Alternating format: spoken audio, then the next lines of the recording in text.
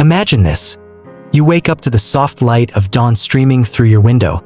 The world outside is still, quiet, and serene. But inside your mind, a storm brews. A flood of regrets from yesterday pulls you under. Words left unsaid. Mistakes replaying like a broken record. Before you can catch your breath, a wave of anxiety about tomorrow crashes over you. Bills to pay, tasks piling up, worries about the uncertain future. The peace of the morning is gone before you've even risen from bed. Sound familiar? How often do we let the weight of yesterday and the uncertainty of tomorrow steal the only thing we truly have, the present moment? We carry these burdens day after day, losing ourselves in the relentless tides of time, disconnected from the now. But what if it didn't have to be this way?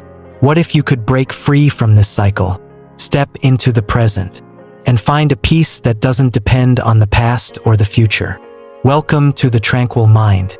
On this channel, we explore timeless wisdom to help you live a life of peace, purpose, and clarity. Today, we're diving into a question that lies at the heart of human experience. How can we live fully in the present moment? Together, we'll uncover the profound teachings of Buddhism and explore practical ways to apply them in your daily life. These ancient principles offer us a guide, not just for surviving but for truly thriving. Let me tell you a story. A few years ago, I met om man namn Daniel. On the surface, Daniel had it all: a successful business, a beautiful family, and a home straight out of a magazine. Yet, behind the polished exterior, he felt empty. "I can't seem to enjoy anything," he told me one day. "My mind is always somewhere else. Either I'm stuck replaying old mistakes or obsessing over what could go wrong tomorrow." I asked him a simple question: "Daniel, when was the last time you truly lived in the moment?" He paused, startled, as if I'd asked him something impossible. After a long silence, he admitted, "I honestly don't remember." Does that resonate with you? So many of us find ourselves trapped, either reliving the past or worrying about the future. But the truth is, life isn't happening in those places. Life is happening right now, in the present, and yet, it's the present moment we neglect the most. Thousands of years ago, the Buddha offered us a timeless truth. The past is like a closed book.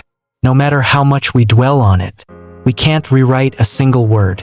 The future, on the other hand, is an unwritten story, a blank page waiting to be filled. Buddha's wisdom teaches us that the only place we can truly live is the present moment. It's here, in this very moment, that life unfolds. But let's be honest, it's not easy to stay present, is it? Our minds are like restless travelers, always wandering, reliving old memories, replaying mistakes, building castles of worry about things that may never happen. It takes practice and intention to bring our attention back to the now. But when we do, something remarkable happens. We begin to see life clearly, as it truly is, not through the distorted lens of regret or fear. Let me share another story with you. There's a young woman I know, let's call her Sarah. Sarah works 2 jobs, trying to make ends meet while chasing her dream of becoming an artist.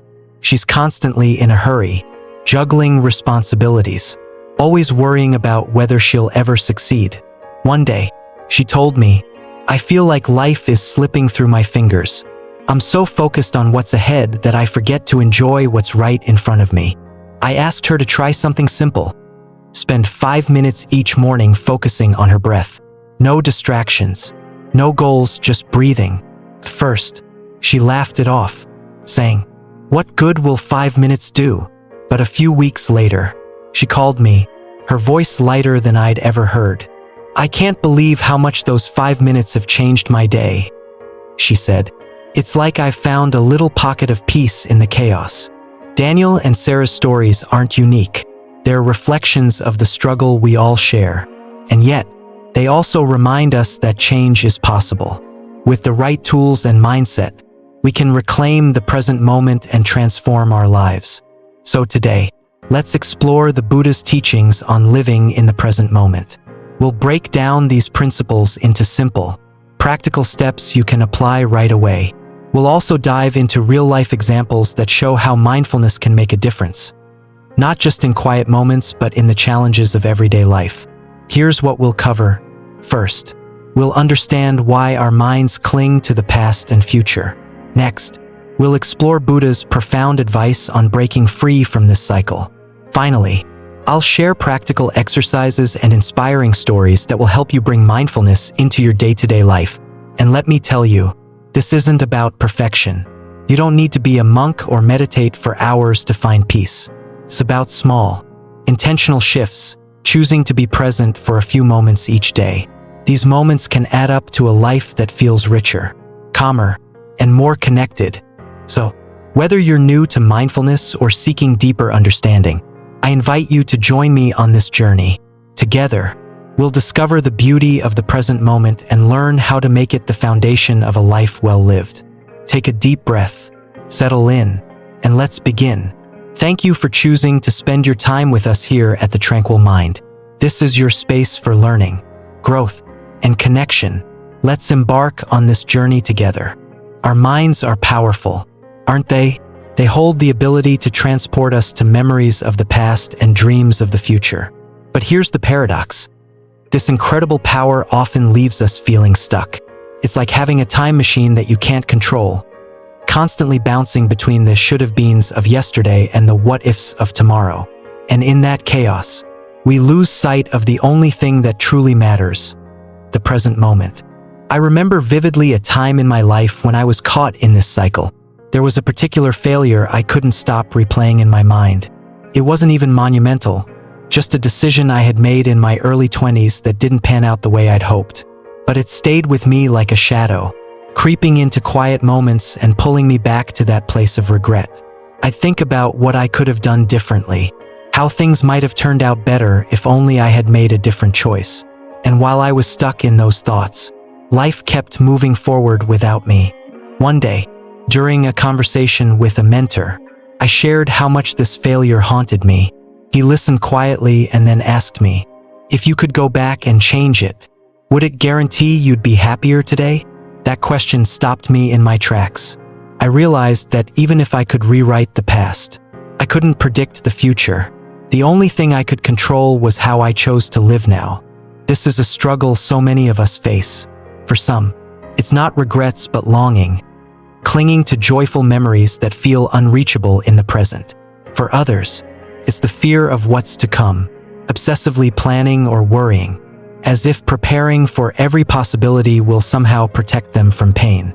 But the truth is, neither the past nor the future can define our happiness unless we let them. Let me tell you about someone who learned this lesson in a transformative way.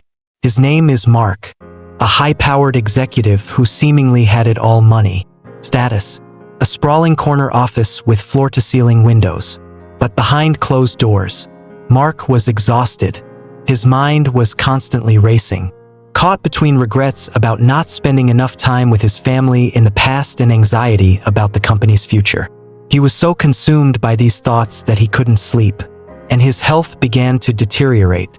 A friend suggested meditation, but Mark scoffed. "I don't have time to sit still," he said. Still, his friend insisted, and eventually, Mark agreed to try a simple breathing exercise. He set a timer for 5 minutes, closed his eyes, and focused on his breath. For the first time in years, he felt a flicker of calm. It wasn't dramatic, his thoughts still wandered, but something shifted. He realized how much energy he had been wasting on things he couldn't change or control. Mark began meditating daily, starting with just 5 minutes and gradually increasing. He described it to me later as a reset button for his mind. "The past is a closed book," he told me, "and the future hasn't been written yet. Every time I focus on my breath, I remind myself that the only page that matters is the one I'm writing now." Mark's story is a testament to the Buddha's timeless wisdom. The Buddha taught us that the mind's natural tendency is to wander, to cling to the past and grasp at the future. This is not a flaw. It's simply how the mind works. But we don't have to be prisoners of this cycle. Through mindfulness, we can train our minds to return to the present, where life is happening. Think about this. If you're constantly looking back while trying to walk forward, you're bound to stumble. The same is true for our minds. When we focus too much on what's behind us or what's ahead, we lose our footing in the here and now. But when we anchor ourselves in the present, we can navigate life with clarity and grace. Buddhist teachings don't ask us to ignore the past or stop planning for the future. Instead, they invite us to let go of attachment to these things. The past is valuable for the lessons it offers, and the future is important for the intentions we set. But our power lies in this moment, in the choices we make today that shape both our past and our future. Mark's journey of finding peace in the present moment inspired me to reflect on my own life. I started small, just as he did. When I found my mind drifting to old regrets or future worries, I gently bring it back to my breath, just like pulling a kite back to the ground when the wind tries to carry it away. It wasn't easy, and it still isn't. But over time, I noticed a change. Moments that used to pass me by, like the warmth of the sun on my face or the sound of laughter, became more vivid, more alive. If you're feeling stuck in the cycle of the past and future, I want to encourage you to try this for yourself. Start with just one breath. Close your eyes, and feel the air fill your lungs. Then exhale, slowly and completely. Notice how your body feels in that moment, the rhythm of your heartbeat, the sensation of your feet on the ground.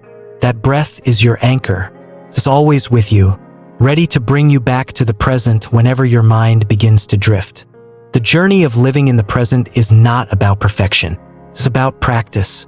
Each time you catch your mind wandering and gently guide it back, you're building a new habit, a habit of presence. Over time, these small moments of mindfulness add up, creating a life that feels richer, calmer, and more connected. Remember, the past is over, and the future hasn't arrived.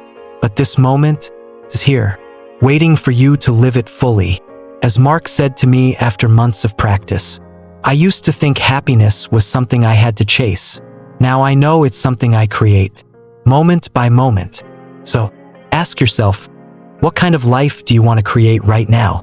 Buddha's teachings often feel like a gentle hand on your shoulder, reminding you of truths that are simple yet profound. One of his most powerful lessons is this: avoid clinging to the past, and do not obsess over the future.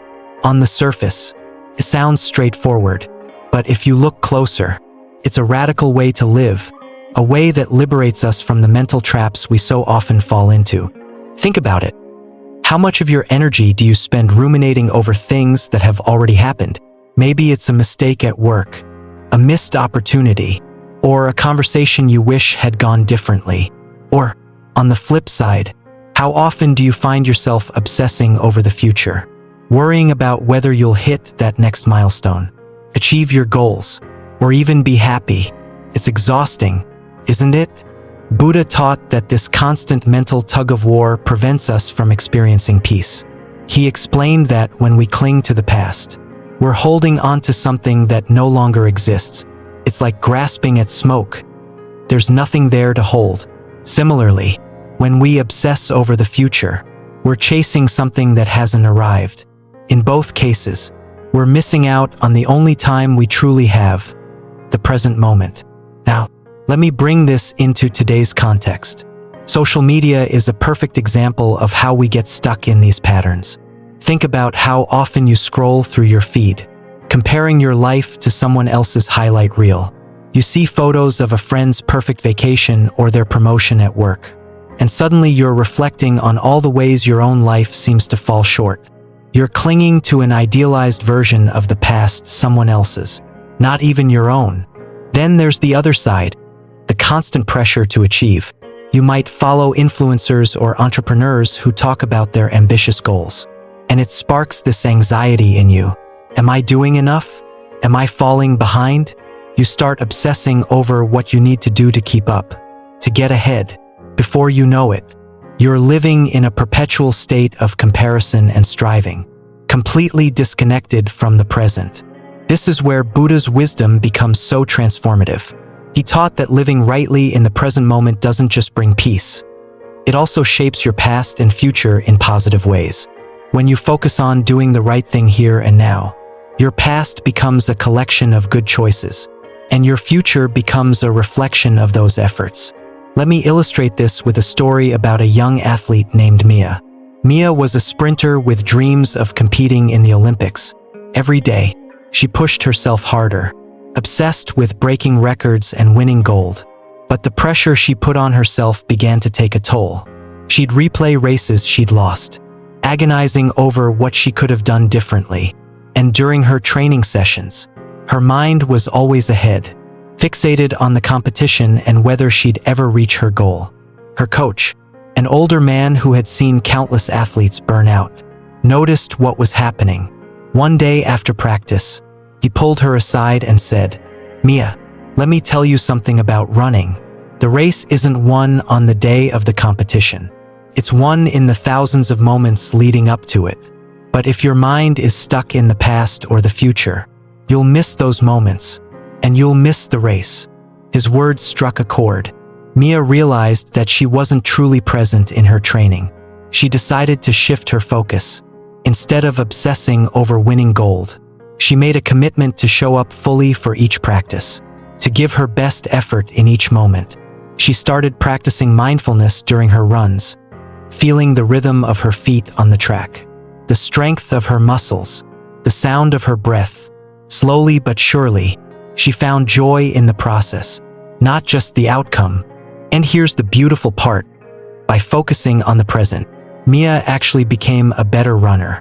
Her times improved, and she eventually qualified for the Olympics. But by the time she got there, winning gold wasn't the only thing that mattered. What mattered was that she had learned to embrace the journey, one moment at a time. Mia's story is a powerful example of how living in the present can transform not just your experience of life, but also your results. When you stop clinging to the past or obsessing over the future, you free yourself to fully engage with what's in front of you. And when you do that, incredible things happen. Buddhist teachings don't mean we should ignore the past or stop planning for the future. Far from it. The past is valuable for the lessons it teaches us, and the future gives us something to aim for. But the key is not to get stuck there. The past is a teacher, not a prison, and the future is a canvas, not a source of anxiety. The present moment is where we bring those lessons to life and start painting the picture we want to see. Let's take this idea one step further with a practical exercise. The next time you catch yourself stuck in the past or worrying about the future, pause, take a deep breath and ask yourself, what can I do right now that aligns with the kind of life I want to create?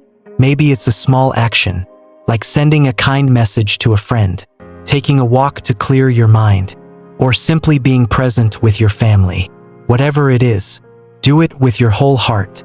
That's how you start shaping a positive past and future, one moment at a time. I've personally found this practice to be life-changing. There have been times when I felt overwhelmed by everything I needed to do, moments when the weight of the past and future felt unbearable. But when I brought my attention back to the present, something shifted. Instead of feeling paralyzed, I found clarity. I realized that I didn't need to have it all figured out. I just needed to take the next right step, and then the next, and then the next. Buddha's wisdom is a reminder that life is not a destination. It's a series of moments, each one an opportunity to live with intention and presence. When we embrace this truth, we begin to see that the present is not just a fleeting point in time. It's where our power lies. It's where we create meaning, build connections, and experience the fullness of life. So, as you go about your day, I invite you to carry this question with you. How can I show up fully for this moment? You might be surprised by how much lighter, clearer, and more joyful life feels when you let go of the past and future and step into the now. This is the practical wisdom of Buddha, not just a philosophy, but a way of being that can transform every aspect of your life. Presence is a beautiful word, isn't it? It's the essence of being fully alive in the moment. Yet it often feels so elusive. We've all heard the phrase, "Be here now." But how do you actually do that? How do you quiet the constant chatter in your mind and truly anchor yourself in the present? The answer lies in practice, simple. practical tools that bring your attention back to the here and now. And one of the most powerful of these tools is meditation. Let's start with something as natural as breathing. Breathing meditation might sound almost too simple, but don't let its simplicity fool you. Focusing on your breath is one of the most effective ways to ground yourself in the present moment. Here's why. Your breath is always with you. It's constant, rhythmic, and it happens in real time. You can't breathe in the past or the future, you can only breathe now. That's why your breath is such a powerful anchor. Imagine this. You're sitting in a quiet space. You close your eyes and take a deep breath, feeling the cool air fill your lungs. As you exhale, you notice the tension in your shoulders melting away. You take another breath, this time slower, and suddenly, your racing thoughts begin to quiet. You're not thinking about yesterday's mistakes or tomorrow's worries. You're just here, with your breath. That's the beauty of breathing meditation. It brings you home to yourself. I remember the first time I tried this practice during a particularly stressful period in my life. I had a big deadline looming at work, and my mind was spinning with everything I needed to do. I felt like I was carrying the weight of the world on my shoulders. Then, a friend suggested I try a simple breathing exercise. Just sit for 5 minutes, she said, and focus on nothing but your breath. At first, it felt impossible. My thoughts kept pulling me back to my to-do list. But with each breath, I found myself letting go, bit by bit. By the end of those 5 minutes, something had shifted. The stress was still there, but it didn't feel so overwhelming. I felt calmer, clearer, and more capable of tackling whatever came next. That's the power of mindfulness. It doesn't erase your problems, but it changes the way you face them. If you're new to meditation, start small. You don't need a fancy cushion or hours of free time. Just find a quiet spot, sit comfortably, and set a timer for 5 minutes. Close your eyes, take a deep breath, and focus on the sensation of the air moving in and out of your body. If your mind starts to wander, that's okay. Gently bring it back to your breath. Over time, you'll find that this simple practice becomes a refuge, a way to center yourself no matter what's happening around you. But meditation isn't just about sitting quietly. Mindfulness can also be woven into your everyday life. Let me share a story about someone who mastered this in the most practical way. Meet Lisa, a single mom with 2 young kids. Her life was a whirlwind of activity, getting the kids to school, working long hours, making dinner, helping with homework. By the end of the day, she was often exhausted and overwhelmed. On top of that, her youngest child, Emily, had a fiery temper and would often throw tantrums at the slightest frustration. Lisa found herself losing her patience, which only made things worse. One day, after a particularly rough evening, Lisa decided she needed a change. She stumbled upon a book about mindfulness and decided to give it a try. The next morning, as Emily began to scream about her cereal being too soggy, Lisa took a deep breath. Instead of reacting, she knelt down, looked Emily in the eye, and said calmly, "I see you're upset. Let's figure this out together." That moment was a turning point. Lisa started practicing mindfulness throughout her day, not just during the tantrums, but in small, quiet moments too. While waiting for her coffee to brew, she'd take a moment to feel the warmth of the cup in her hands.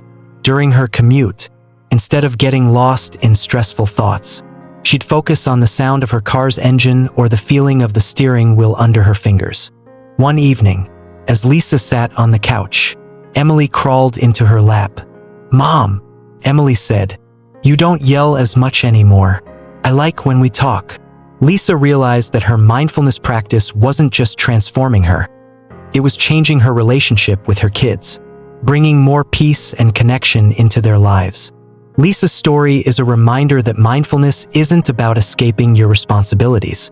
It's about showing up for them with a clear and open heart. Whether you're dealing with a tantrum, a stressful meeting, or a sink full of dirty dishes, mindfulness invites you to approach each moment with presence and curiosity. So, how can you bring mindfulness into your own daily life? Start with small, intentional acts. When you're washing your hands, Notice the sensation of the water on your skin. When you're eating, take a moment to really taste your food instead of rushing through the meal. When you're listening to a loved one, give them your full attention, without checking your phone or letting your mind wander. One of my favorite exercises is called the 5 senses check-in. Wherever you are, pause for a moment and notice 5 things you can see: the colors, shapes, and textures around you. For things you can feel: the chair beneath you, the warmth of the sun, the fabric of your clothes. 3 things you can hear: birds chirping, distant traffic, the hum of a fan. 2 things you can smell: the aroma of coffee, the scent of fresh air. 1 thing you can taste, even if it's just the lingering flavor of your last sip of water. This simple exercise takes less than a minute, but it's incredibly grounding. It reminds you to reconnect with the world through your senses, pulling you out of your head and into the present moment. Meditation and mindfulness aren't just practices, they're a way of life. They teach us to slow down, to notice the beauty in ordinary moments, and to approach each day with a sense of presence and gratitude. And the best part? You don't need to be perfect at it. Some days, your mind will wander more than others. That's okay. The goal isn't to control your thoughts. It's to notice them and gently guide yourself back to the present, again and again. So, whether you're taking a deep breath in the middle of a chaotic day or savoring a quiet moment with a loved one, remember this: presence is a gift you can give yourself anytime, anywhere. All it takes is a little practice and the willingness to be here now. Life has a way of throwing challenges at us when we least expect them. A sharp comment from a colleague, an argument with a loved one, or an unexpected setback can leave us feeling hurt, frustrated, or even defeated. In those moments, it's easy to get caught up in the storm of emotions, replaying the incident over and over in our minds. But what if we could see those challenges for what they really are: temporary, fleeting, and ultimately, not worth the power we give them? Buddhist teachings remind us of an essential truth: everything is impermanent. Every challenge, no matter how big or small, will pass. Just as clouds drift across the sky, the harsh words spoken to you, the difficult situation you're facing, they're like ripples in a pond. At first, they might feel overwhelming, but with time, they settle, leaving the water calm and clear again. Let me share a personal story. Years ago, I had a manager who was, to put it mildly, difficult to work with. He was quick to criticize and rarely offered praise. I remember one meeting where he publicly pointed out my mistake in front of the entire team. I was mortified. For weeks, I replayed that moment in my mind, analyzing every detail, wondering what I could have done differently. The sting of his words followed me everywhere. But then something shifted. I came across the Buddhist teaching on impermanence and began to reflect on it. I realized that the words my manager had spoken were already gone, like leaves carried away by the wind. The only reason they still hurt was because I was holding on to them. Onke eletko. I felt lighter. His criticism no longer defined me. Instead, it became an opportunity to grow and improve without carrying the emotional weight. This shift in perspective didn't just help me handle criticism. It transformed the way I approached all difficult situations. It taught me that I didn't have to react immediately or let my emotions take control. Instead, I could pause, breathe, and choose how to respond. Let me illustrate this idea with a story about a teacher named Emily. Emily was passionate about her work and loved her students, but she often faced criticism from parents. One parent in particular, Mrs. Carter, seemed impossible to please. She would send long, critical emails, questioning Emily's teaching methods and even suggesting that her child wasn't being challenged enough. At first, Emily took every word to heart. She stayed up late drafting detailed responses, trying to address every concern. But no matter what she said, Mrs. Carter always found something else to criticize. Emily began to dread seeing her name in her inbox. It felt like a dark cloud hanging over her day. One evening, after another particularly harsh email, Emily's mentor, an older teacher named Morenderson, gave her some advice. "Emily," he said, You're letting this one parent dictate your peace of mind. Do you really want to give her that power? Remember, these words are like passing clouds. They'll drift away if you let them. Emily decided to try a new approach. The next time she received an email from Mrs. Carter, instead of reacting immediately, she took a deep breath and asked herself, how can I respond calmly and professionally without letting this upset me? She wrote a concise, polite reply, addressing the main concerns without over-explaining or over-apologizing. Then, she let it go. Over time, Emily noticed a change. The emails from Mrs. Carter didn't bother her as much anymore. She realized that the criticism wasn't personal, it was just one person's perspective. By embracing impermanence and choosing to respond with calmness, she reclaimed her peace of mind. Emily's story is a powerful reminder that we can't always control the challenges we face, but we can control how we respond to them. When we recognize that everything is impermanent, we stop clinging to the negative emotions that arise from difficult situations. Instead, we learn to let them pass, like clouds moving through the sky. This doesn't mean ignoring problems or pretending they don't exist. It means acknowledging them, addressing what needs to be addressed, and then letting them go. The key is to stay grounded in the present moment. When we're fully present, we're better equipped to handle challenges with clarity and grace. Here's a simple exercise you can try the next time you're faced with a difficult situation. Pause and breathe before reacting. Take a deep breath. This creates a small gap between the situation and your response, giving you space to think clearly. Acknowledge your feelings. Notice how you're feeling, whether it's anger, frustration, or sadness. Name the emotion without judgment. For example, I'm feeling hurt right now. Reflect on impermanence. Remind yourself that this moment, like all moments, will pass. The emotion you're feeling now won't last forever. Choose your response. Ask yourself, what's the best way to handle this situation in a way that aligns with my values? Then, respond calmly and thoughtfully. This practice might feel challenging at first, especially if you're used to reacting quickly.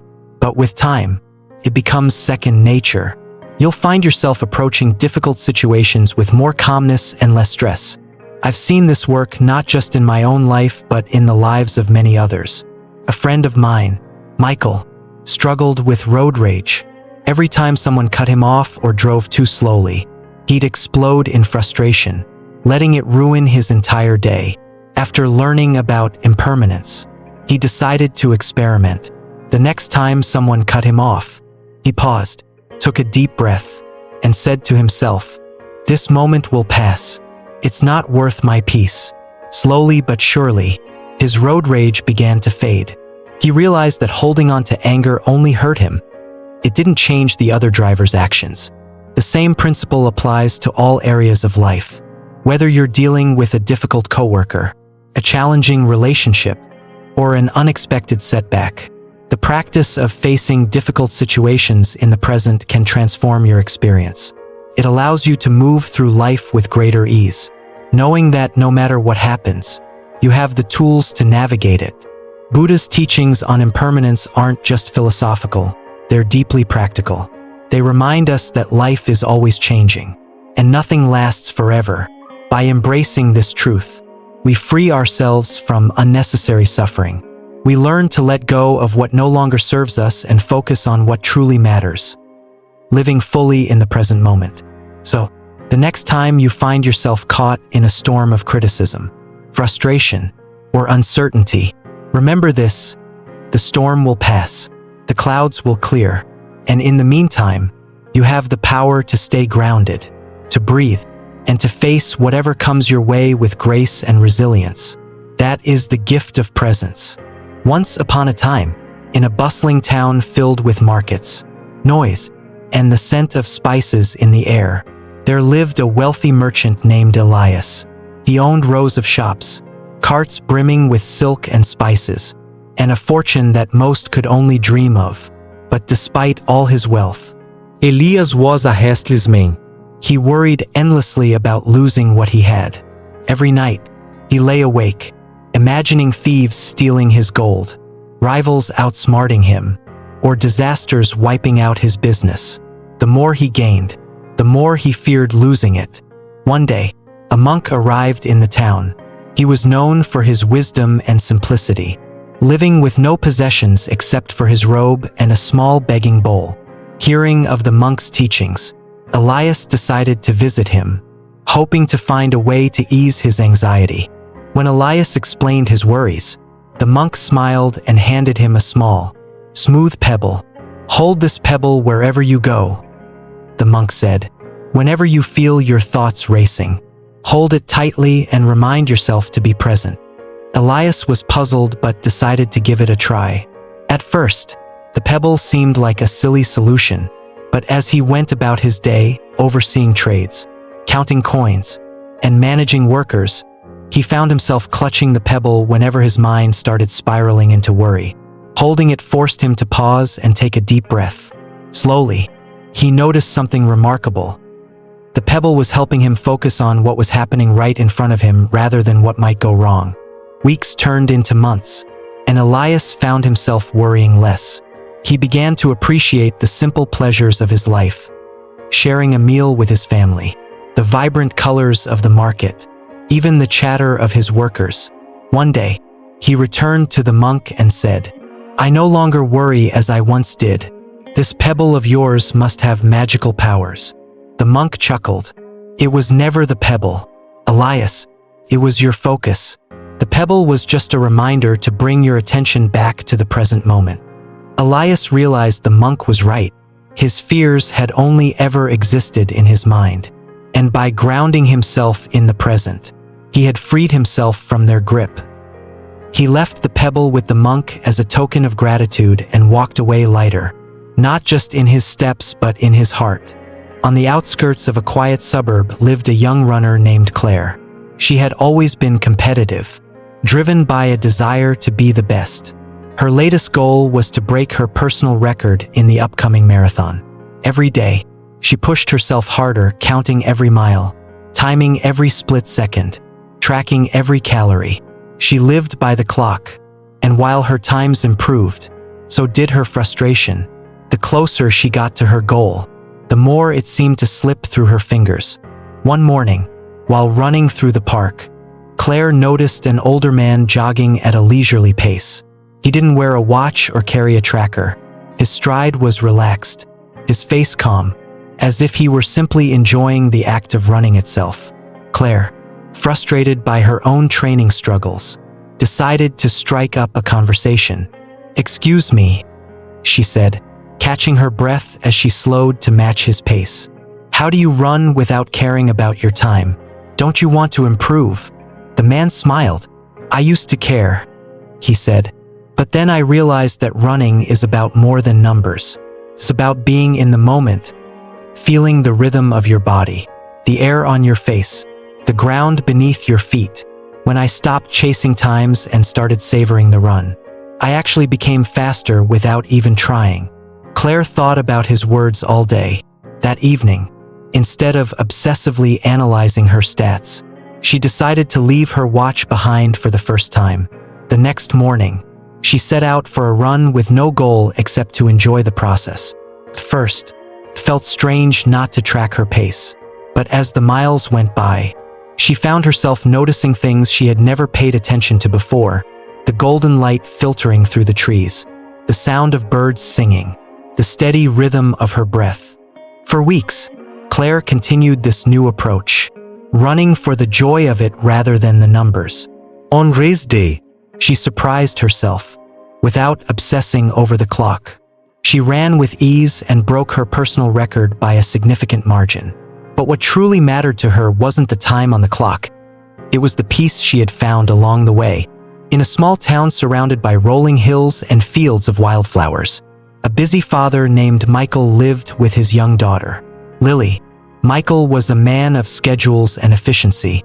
He prided himself on getting things done, and his days were packed with work meetings, errands, and endless to-do lists. While he loved his daughter dearly, he often found himself rushing through their time together, answering emails during dinner, checking his phone at the park. One evening, As the sun began to set, Lily tugged on her father's sleeve. "Daddy," she said, "can we watch the sunset together?" Michael glanced at his watch. "I don't know, sweetie. I have a lot to do." "Please," Lily said, her eyes wide with hope. "Just for a little while." Reluctantly, Michael agreed. They walked to the backyard and sat on the grass. At first, Michael couldn't stop thinking about his unfinished tasks. But as the sky began to shift, soft pinks blending into vibrant oranges, he noticed something. Lily was completely engrossed in the moment, her face glowing with wonder. "Daddy," she whispered, "isn't it amazing? The sky is painting just for us." Michael felt a lump in his throat. He realized that while he had been rushing through life, his daughter had been savoring its beauty. In that moment, she became his teacher, showing him the power of being present. From that day on, Michael made a conscious effort to slow down and be more mindful.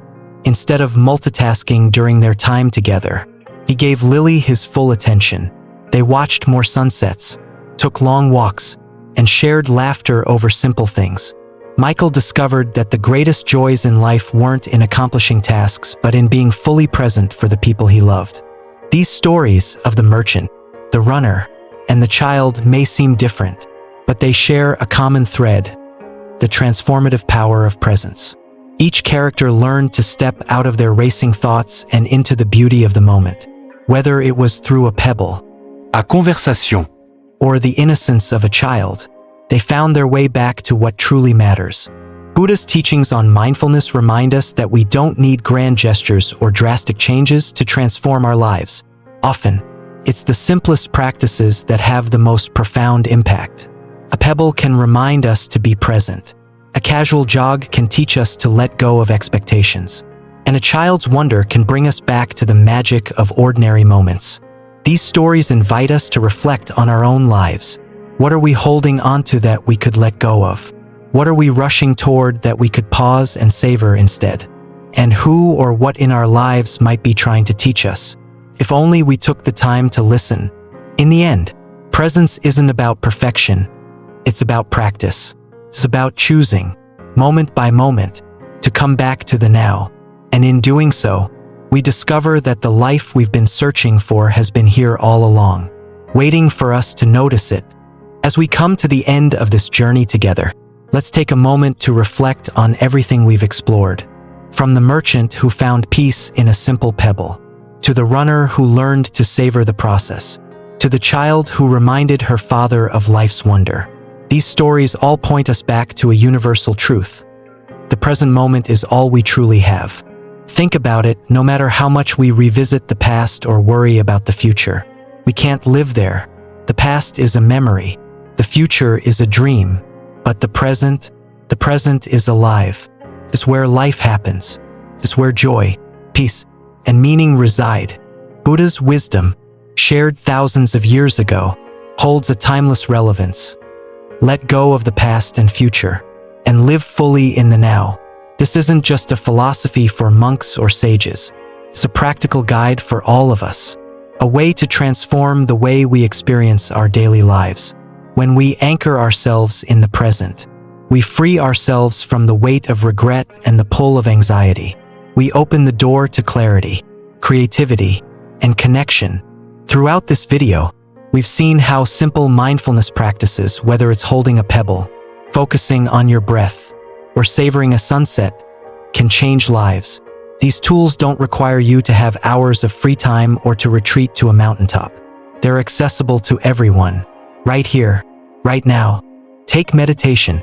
For example, a simple 5-minute breathing exercise can ground you, calm your mind, and bring you back to the present moment. It's not about emptying your mind or achieving some mystical state.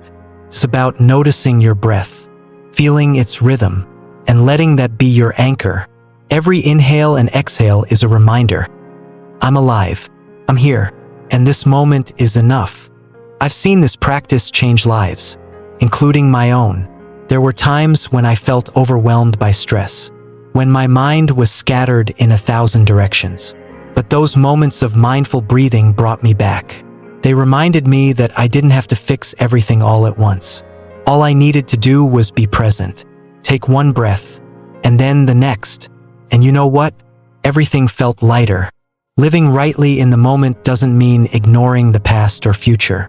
The past teaches us, and the future inspires us. But when we live rightly in the now, we approach both with wisdom and balance. Instead of being weighed down by regrets or consumed by fears, we make choices that align with our values and intentions. Imagine waking up each day with the mindset that this moment is a gift. Imagine greeting your morning coffee, your commute, your conversations with full attention. Imagine bringing that same presence to the challenges you face, meeting them not with resistance, but with curiosity and courage. That's what it means to live rightly in the moment. It's not about perfection, it's about presence. Now, let's bring this wisdom into action. I invite you to try a 5-minute breathing meditation today. Find a quiet spot, sit comfortably, and close your eyes. Take a deep breath in through your nose, feeling the air fill your lungs, and then exhale slowly. Focus on the sensation of your breath moving in and out. If your mind starts to wander, gently bring it back to your breath. That's it. No pressure, no expectations, just 5 minutes of presence. And here's the thing, consistency is key. You don't have to meditate for hours or do it perfectly. Just make it a daily practice, a small ritual that grounds you in the present. Over time, you'll notice the difference, not just in how you feel during those 5 minutes, but in how you approach your entire day. We'd love to hear about your experiences. Did you feel calmer? Did you notice something new about yourself or your surroundings? Share your journey in the comments. Your story might inspire someone else to start theirs. As we part ways for now, I want to leave you with the words of the Buddha. Do not dwell in the past. Do not dream of the future. Concentrate the mind on the present moment. These words are more than a reminder. They're an invitation to step out of the shadows of yesterday and the uncertainties of tomorrow, and into the light of today. An invitation to reclaim your power, your peace, and your joy, one moment at a time. Your journey begins now. It doesn't require anything extraordinary, just a willingness to show up for yourself, to be present for your life, and to trust that this moment is enough. Before we go, I want to take a moment to thank you. Thank you for choosing to spend your time with us here at the Tranquil Mind. Your presence means everything, and it's an honor to share this journey with you. Together, we're not just learning about mindfulness, we're building a community rooted in peace, connection, and shared wisdom. Remember, you're not alone on this path. Each of us is walking it in our own way, learning and growing with every step. So take heart, take a breath, and take this moment to celebrate the incredible journey you're on. Until next time, may you find peace in the present, joy in the ordinary, and strength in the challenges. And may you always remember, the moment you're looking for is right here, waiting for you to notice it. Thank you for being here, and we'll see you in the next video.